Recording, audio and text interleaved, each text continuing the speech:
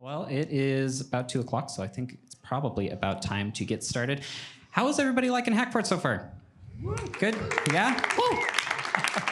All right, this is my first time here, and I'm pretty excited. So, most of you guys definitely do not know me, so I'll do a little introduction of myself. I'm Porter Rigby. I am a senior here at Boise State University, majoring in computer science and machine learning.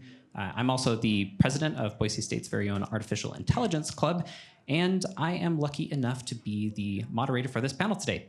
So before we really get started, I just wanted to kind of kick things off. I think that I and probably the panelists want to kind of know everybody in the audience a little bit better. So I just kind of want to get an idea. I'm going to ask some kind of occupational or interest questions. How many people here are, say, software developers or engineers or maybe something kind of adjacent, right? Okay, that's a good number. How many people are maybe more the data science or analytics side of things? Got, okay, a little less, but 3, that's not bad. How many people here are just kind of like enthusiasts? Maybe you don't consider yourself an AI expert, but you really enjoy the technology and you're just kind of here to learn, right? That's probably all of us, right? Well, as we all know, ever since ChatGPT released in 2022, LLMs have been making a huge splash in just about everything, right?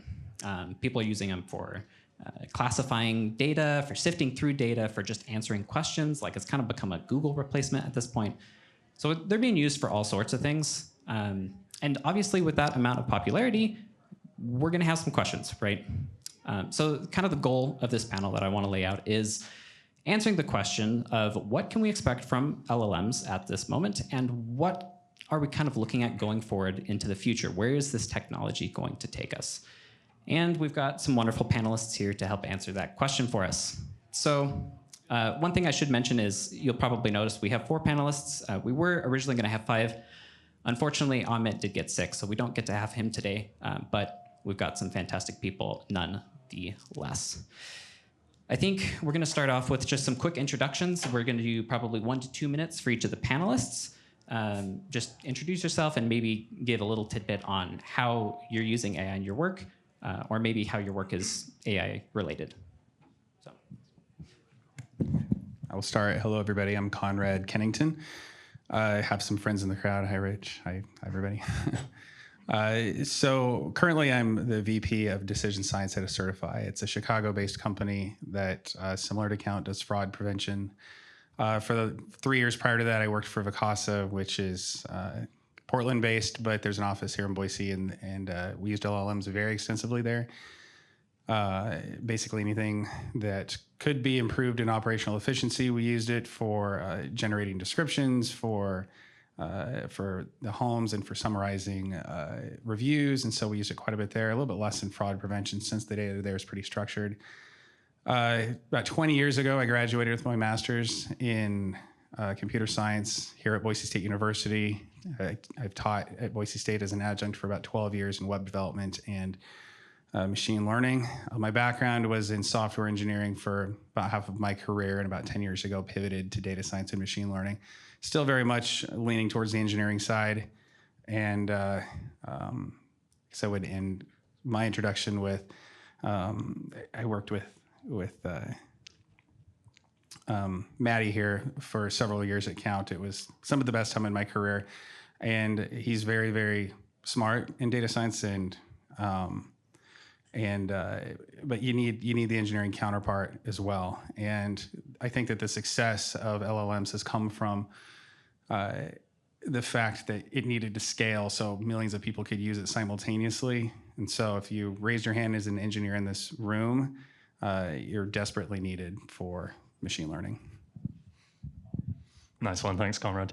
Yeah, I'm Matty Jones. So my title is Director of AI Science at used to be Count, now an Equifax company. We were purchased by Equifax in 2021. So yeah, as you heard from Conrad, I started at Count about 6 years ago.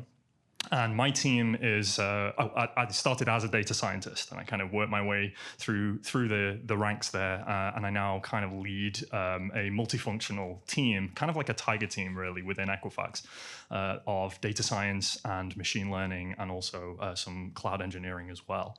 So this has been like a really important archetype for us to be able to come up with new products, which is really what my team's function is all about, like coming up with the new product ideas, either in kind of Count's usual domain, so card not present online transaction fraud identification, similar to what Accertify does. More recently, a little bit more on the identity side, kind of knowing your customer, trying to do behavioral analytics, those kinds of things.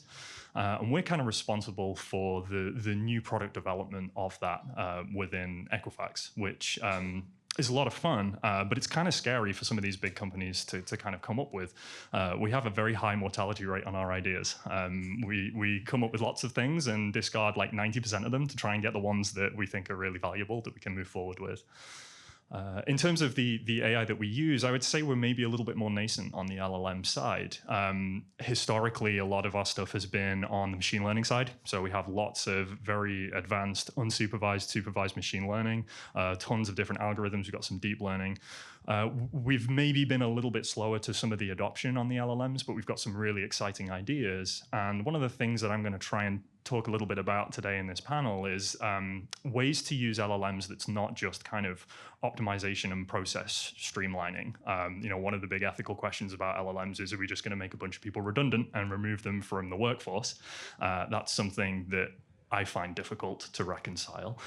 So what I'm particularly interested in is finding what are the new problems that we can solve with LLMs that we couldn't have done previously, and how can we leverage these to generate new revenue, new products, and thinking about it in that way rather than streamlining processes that already exist. So, thank you. Great. Hi, I'm Soule. I'm a faculty member at the University of Idaho. I've been there for a couple of decades now. In my background is actually evolutionary computation, which is a form of reinforcement machine learning, but do a lot of work now with LLMs. One of our biggest challenges is figuring out, what do we teach our students, right? What are the skills they're going to need for a 30, 40-year career? And if you look backwards at how rapidly computer science has changed, and LLMs in the past few years, and smartphones before that, and the web before that, right? That was all within the career of one, person in computer science. And so one of the things we struggle with all the time is, what are the useful skills? What are the skills that are continued to be useful in the future? Okay, my name is Clayton Fields. I will be graduating with my PhD in May from Boise State University. So I also work, I should mention, with Conrad's brother, Casey Kennington, and was my advisor. So I started using LLMs about 3 years ago, I think, when I started doing research with Dr. Kennington. And I've sort of moved into doing what's called vision language modeling, where you do models that are able to use language in conjunction with vision so that they can talk about pictures, answer questions about images, and things like that. And my research specifically has been focused on making them smaller and more efficient so that they don't require so much energy, they don't require so much compute and specialized hardware to train. And so I guess that's about it. And I'll probably, after I finish my PhD here at Boise State, I would like to continue doing research, but hopefully in the industry setting rather than academia. Awesome. Just to paint kind of a roadmap of where we're going to go here, we're going to have probably 15, maybe 20-ish minutes of just kind of back and forth with me and the panelists. And then after that, we're going to do some just open Q&A for everyone. The first question that I kind of have specifically for Clayton is, we've been seeing kind of two races going on. One is kind of the very obvious, hey, let's try and pump out just large language models that perform really well, but have just really high parameter counts. And then there's kind of another race going on to produce smaller and smaller language models that are still effective. So kind of the question that I have for you is, why do you think that these models are getting smaller? And do you think that that trend is going to continue into the future, or maybe we're going to hit some sort of wall, or kind of what are your thoughts on that? So the reason for making language models smaller is that a tremendous amount of cost goes into operating a model like GPT, or ChatGPT, excuse me. So the model that used to underline ChatGPT is called GPT-3. And it has 175 billion parameters. So each time that you do inference with it, you have to do millions of calculations every time. The best way to actually reduce the energy intake is to simply reduce the number of parameters. So if you saw recently that DeepSeek came out, one of the big things is the model was significantly smaller. What it does is it only uses parts of the model at any given time. It's called a mixture of experts model. And what that does is it allows you to not use all of those parameters at once. And that was like a big deal because it cut the training cost and the inference cost down like by fractions. Like it was a huge, huge deal. And so I do expect that as long as we're using the same techniques that we use right now, the models that we use are transformers. The T in GPT stands for transformer. As long as we're using those models, I think there's going to be a race to make them smaller, because one thing that the transformer that's really famous for, and it's probably its major drawback, is that the models themselves are huge and they require huge amounts of data input. So by making models smaller, you use less energy and you also require less data. And those are both things that I think are going to be an important part of the future, because these models are now starting to become environmental concerns. Like their carbon footprints are like really, really huge. And even just doing like the inference that you do with ChatGPT actually takes a fair amount of energy. And with each person using it and like doing it over and over and over again, that's going to be a huge concern. So until we see a dramatic difference in how we model things, then I think the size of models, like decreasing them and increasing their energy efficiency, are going to be trends that I would expect to continue. Did any of you guys want to take a hit? Yeah.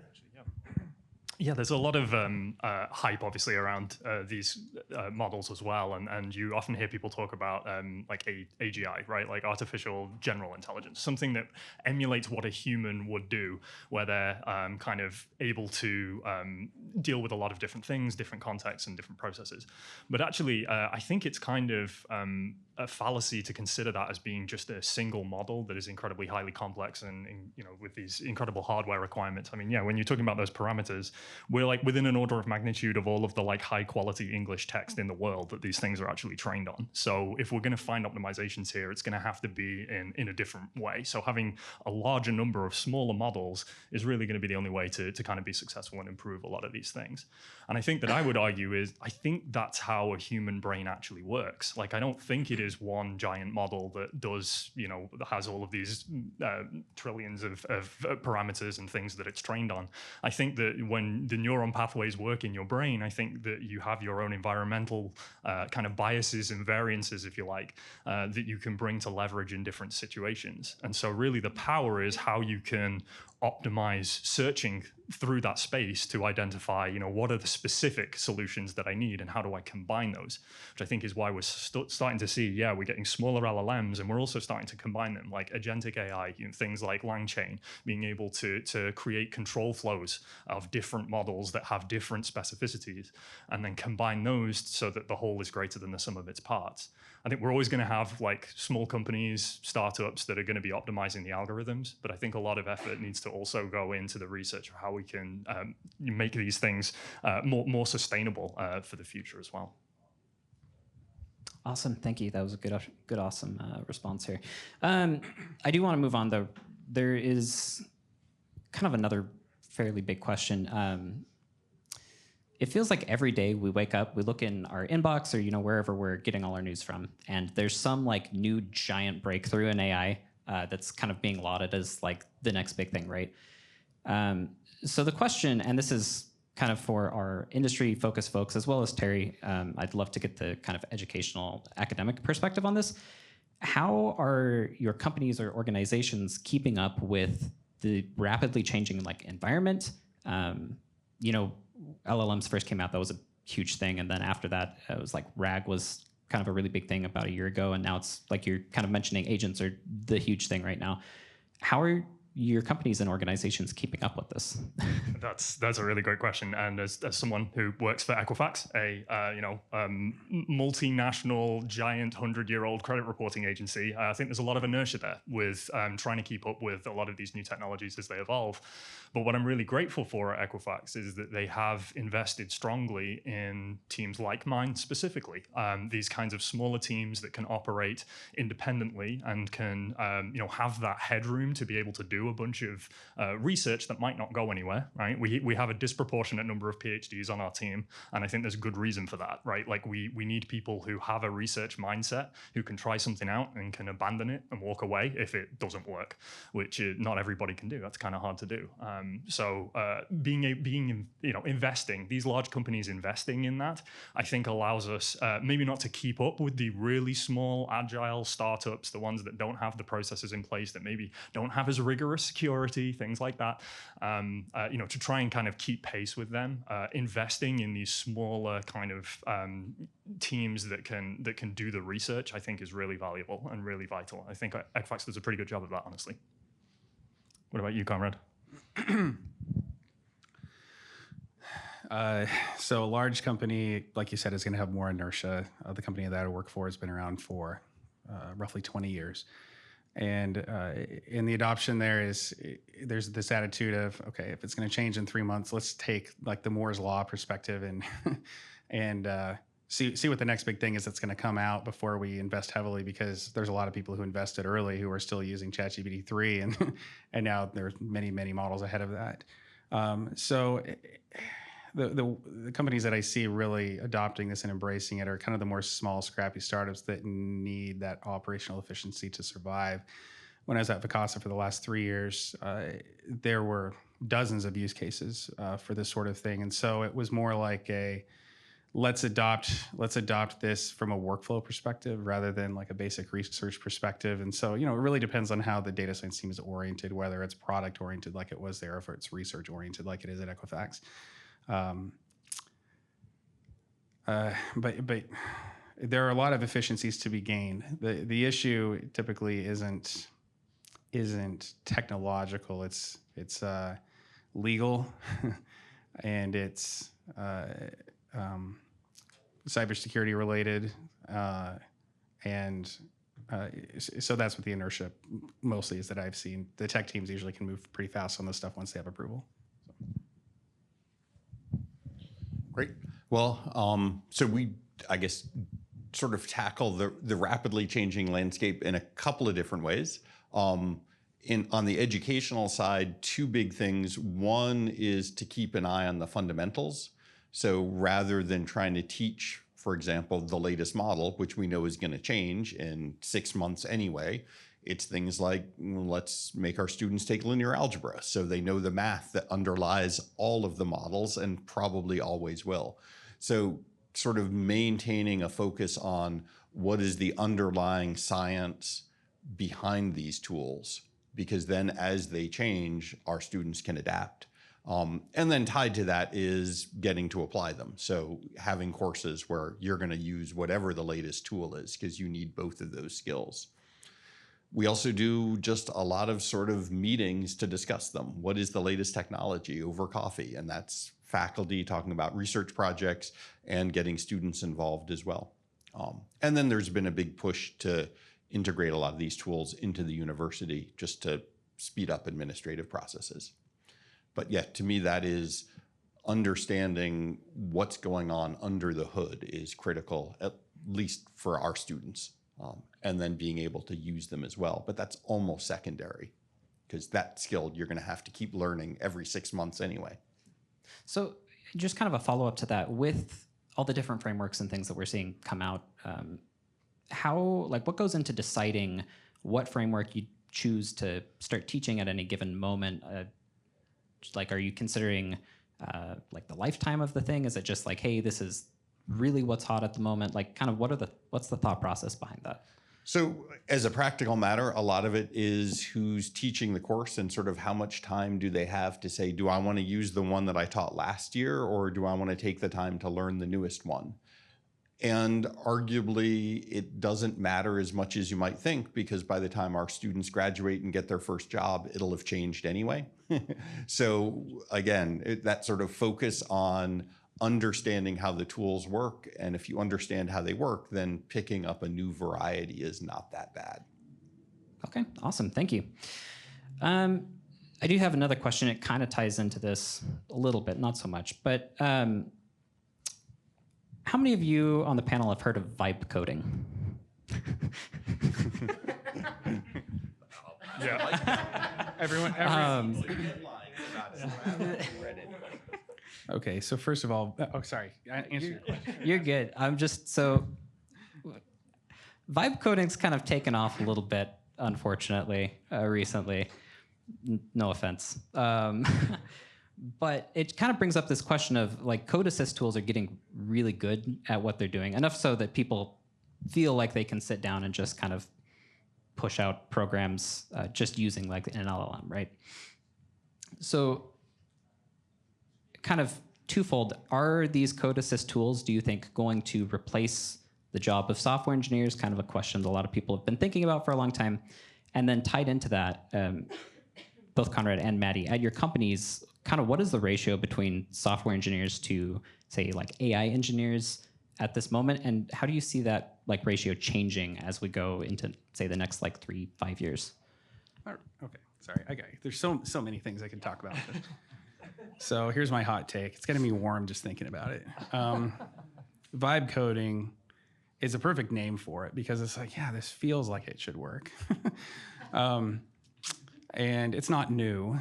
I mean, anybody who's a freshman in computer science has vibe coded before, where we used to call it cargo cult programming, where you would copy paste something and not really know if it was working and try it and it would work and you'd be like, oh, that's great, let's move on. I mean, it's just another layer of abstraction where you feel like you're doing more.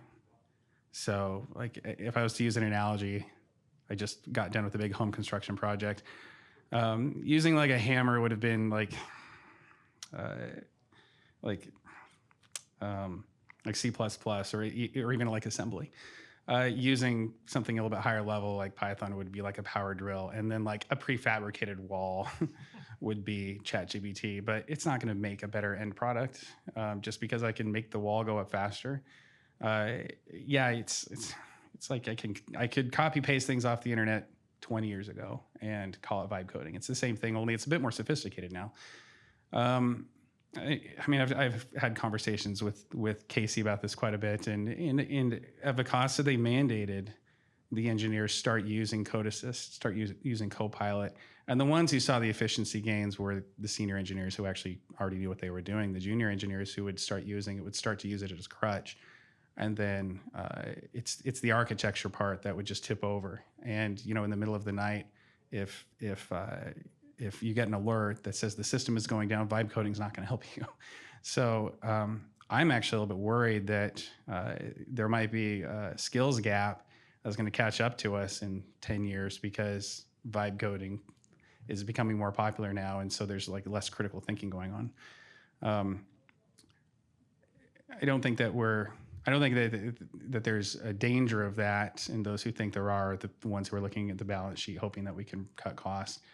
And it will come back to bite them eventually. You need good, solid engineers who can think through a problem and architect rather than just create a code snippet with a code assist. But they are very valuable. I mean, to be fair, they're the best thing that I've ever seen. Like if I need to create some boilerplate code, it's awesome for that. But that's only because I've done this long enough where I know what it's getting me. And but if I just generate some code and without the experience and copy paste it and it works, that's great. If I don't know what's in it and it breaks in like 6 months, then I'm screwed. So I hope that term. Well, first I hope that if it sticks around, that it continues to be called vibe coding so we can properly mock it because it should be mocked. But I'm not going to hire anybody who puts vibe coding on their resume. And I have a global team of 50 data scientists and machine learning engineers. And by the way, like all of the resumes I've seen come across my desk say I'm like an expert in LLMs and ChatGPT. And I'm like, really?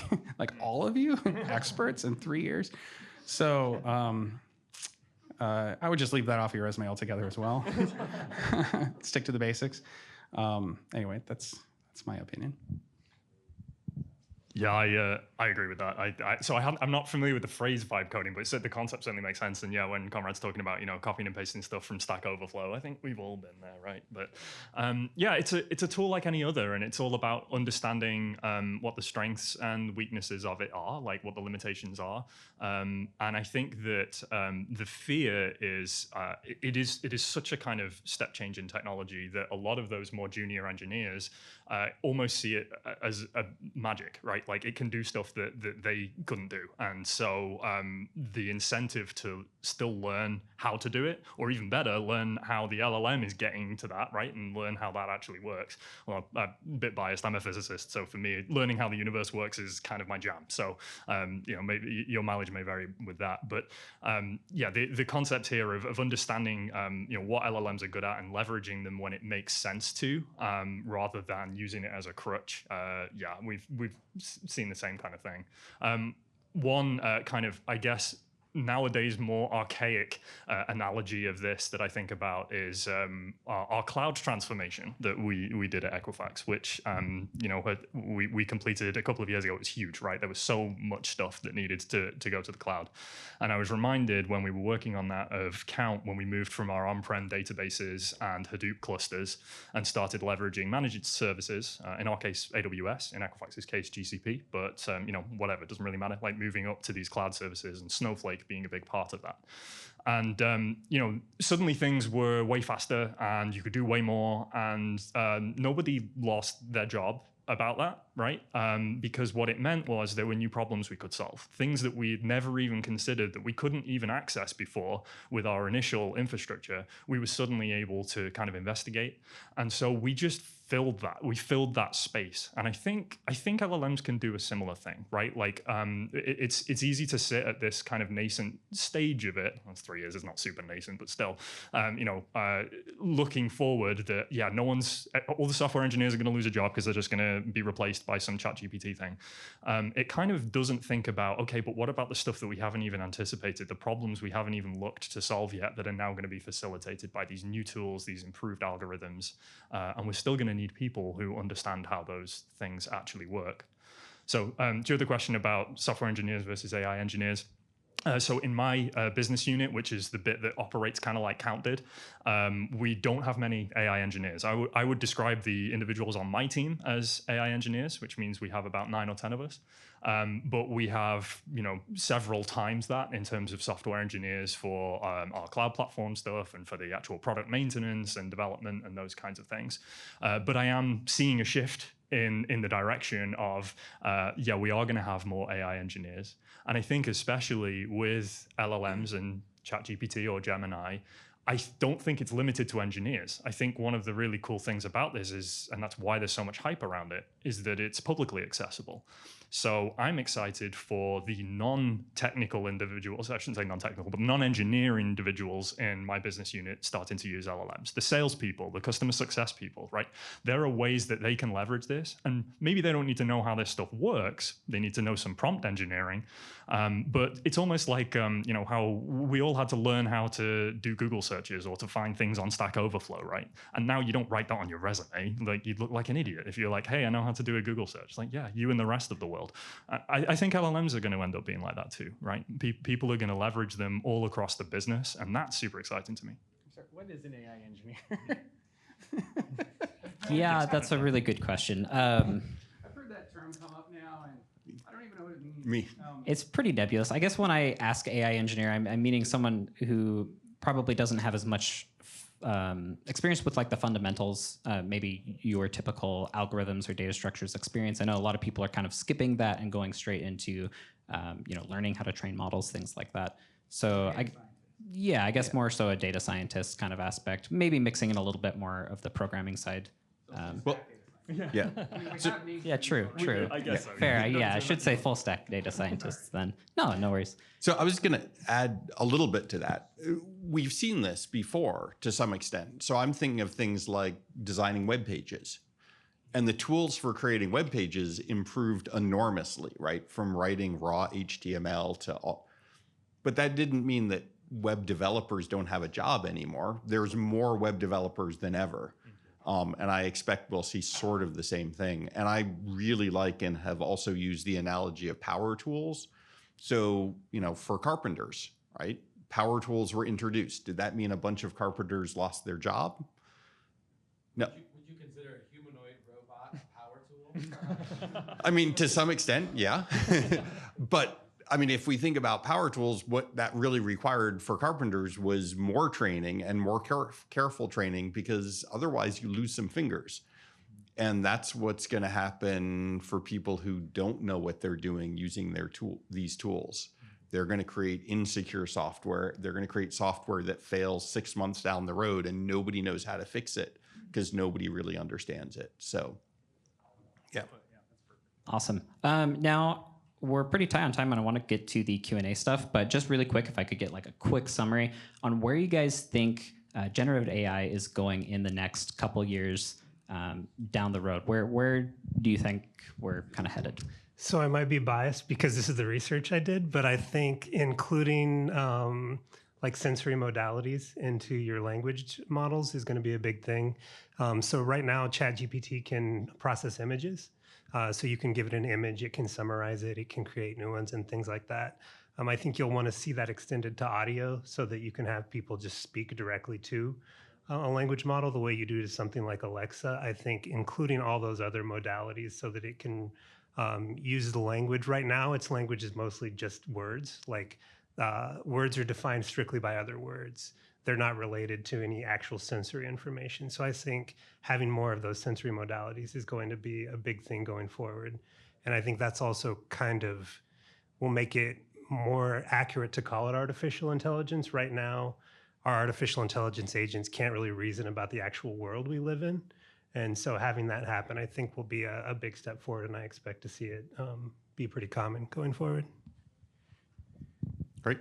I think one of the things we're going to see is a big filtering in where it's applied and a much better recognition of it works really well here, it doesn't work so well in this other application. And right now, it's exciting and everybody is trying it everywhere, which makes sense. And pretty soon we're going to start seeing a lot of, yeah, it doesn't work for these applications and works fantastic for these other applications.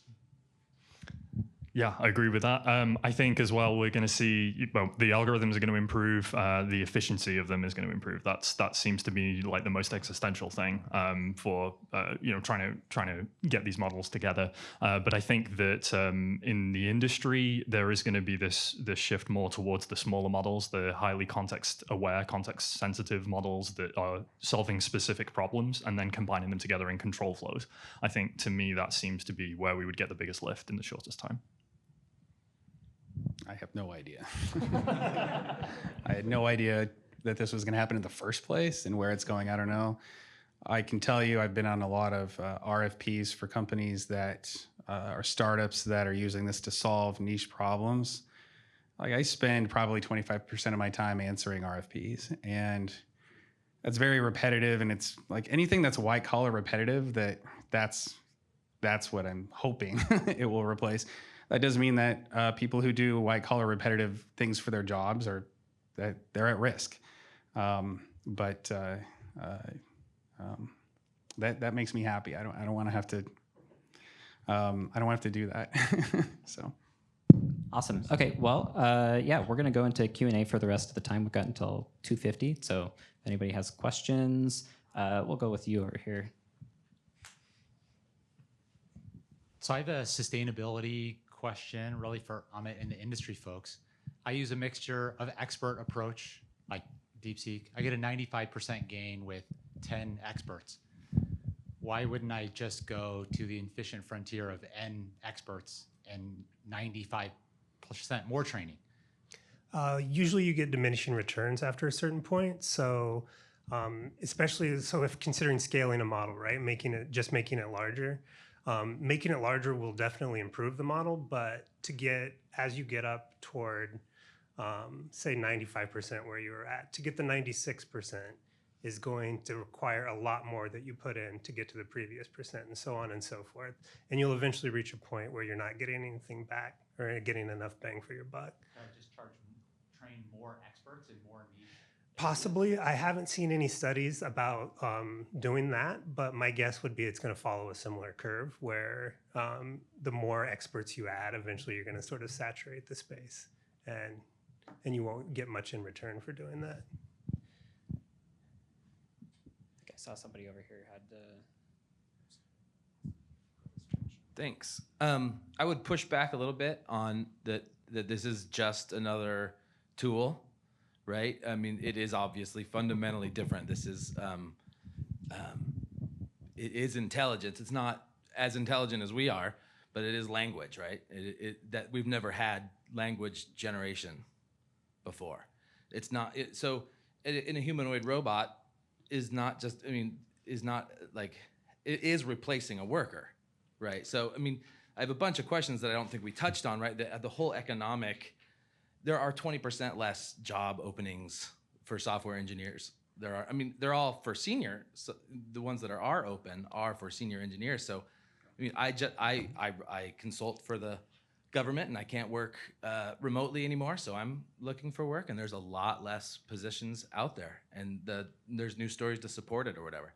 But, the positions that are open are for seniors, and so I'm, you know, whatever. I'm safe. Who cares? So I mean, it's the vibe coders are the ones who are gonna, junior engineers who you're replacing. It's a very different landscape, and it's going to be a different landscape for not just engineers. We're the early adopters, right? I mean, yeah, I've been just reinterpreting what Claude does to help me for the past 3 years. I just, you know, rewrite what Claude tells me, but then I can write a whole suite of tests in 5 minutes, right? And just go code through it. And yeah, those are good unit tests. Thanks, Claude. That is replacing a test engineer, right? I mean, that used to be a Q&A engineer. So I think academics are going to have, you know, a little bit more removed from the credit firms as far as like how these job losses get redistributed. I mean, the Equifax is going to be like, sweet, more profit.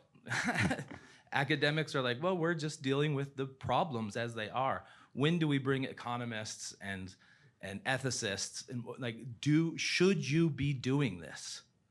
So do you ask yourself that? Should we be doing this? I mean, you know, deep minds, protein folding, that's great. Crashing the economy, not so great. Right. So yes, I'll say one of my colleagues is in the philosophy department, and we ask that question a lot. Should we be doing this? And unfortunately, for that particular question, part of the answer is, do we have a choice? I mean, I can't go to my students and say, we're not going to teach you how to use LLMs because they'll never get a job. And I'm not comfortable with that always. So should we be doing this? I don't know. I mean, coming back to the job issue, my hope, and maybe I'm overly optimistic, is that this is a little bit of a short-term, nobody knows what the future is going to look like, so let's not hire a bunch of junior developers this year. Again, my hope is that in the long term, in a sense, we'll see more code. It's easier to create code, so you know your toaster will get smarter because why not? And that just means we need more programmers to fill that role. And again, it does sort of come back to the notion of like carpentry. What we ended up with was bigger houses, right? It became cheaper to build them because we had power tools and they got a lot bigger. And so we didn't unemploy a bunch of people. There are other examples. So if you look at agriculture, right, worldwide, we went from 80, 90% of the population to being involved in agriculture to 8 or 10%. So there are cases where technology changes have completely wiped out, right, big sectors of the economy. And I'm maybe overly optimistic to think that won't apply in my little niche, which is software development. I would worry much more, I'm going to forget the term, like legal assistance, right? There's a tool that I think that these could be really useful for. So I think there are some of those kinds of white collar jobs that may be hugely at risk. If you're asking, you know, 10, 20 years down the road where we have autonomous robots, humanoid robots, I'll be retired by then, thankfully. I mean, that bit, yeah, can be a little bit terrifying in terms of the economy and everything else. Thank you. Agree with all of that. And briefly, there's two sides to the coin. First, there's a big confounding variable of inflation that happened at roughly the same time. So it's hard to say how many is associated with inflation versus, and I think that companies looked at that and saw, well, at least we have something to blame it on.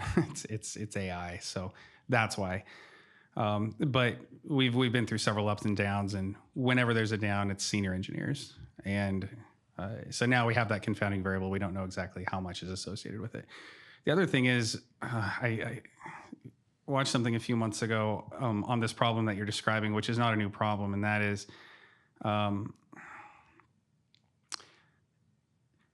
in the U.S. Army, there is a strong desire to recruit as many people as possible. And there, in fact, you could say there's no stronger desire to open the gates as much as the U.S. Army. And they're the ones who came up with the IQ test many decades ago.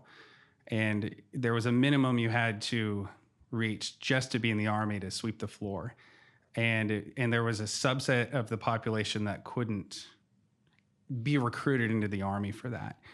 We don't really have a good answer to what to do for them, for the economy, for their jobs. And it's nobody has a good answer to that. And so the world has only been getting more and more complex. And I think this may shift it even further in that direction. And so that's a much longer discussion that AI is going to exacerbate, but any new technology is going to continue to do that. And so like that's a completely separate discussion that I don't have the answer to. I don't think anybody does right now.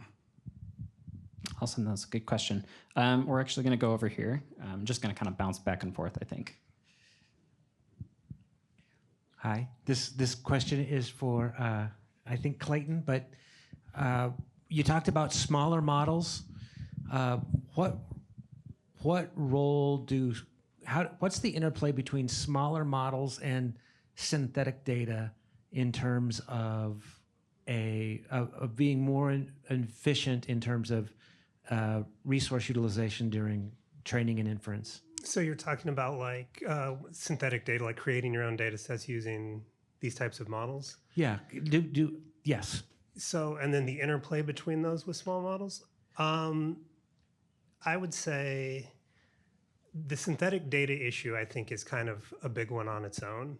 I don't really know how that would relate to small models as much, but what I will say about synthetic data is more and more of the data you see on the internet is being generated by artificial intelligence. And so that's the same data used to train models. And at some point, there's a worry that you're going to see degradation in all of your models because of the way they're being trained on their own outputs. And I would say wait a few years and we'll see what that's going to look like, because that could seriously be a big issue going forward as more things. Now, how it relates to small models tend to max out on data faster, so you can usually find enough data that isn't synthetic to train small models. There's a lot of open source data sets that you can usually max out small models with. But it's the large models that use the most data that I think are the ones where you have to worry about synthetic data becoming a concern. Yeah.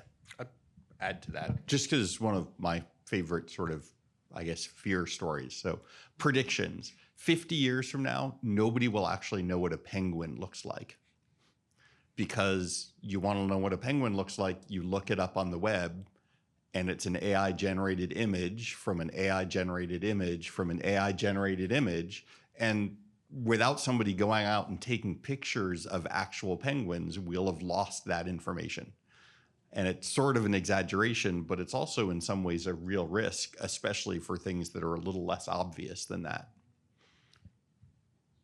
Awesome, great. Anyone else from this side over here? I see this hand has been up for quite a bit. Okay, so I have a question about what you guys think of the people who are funneling money into these systems.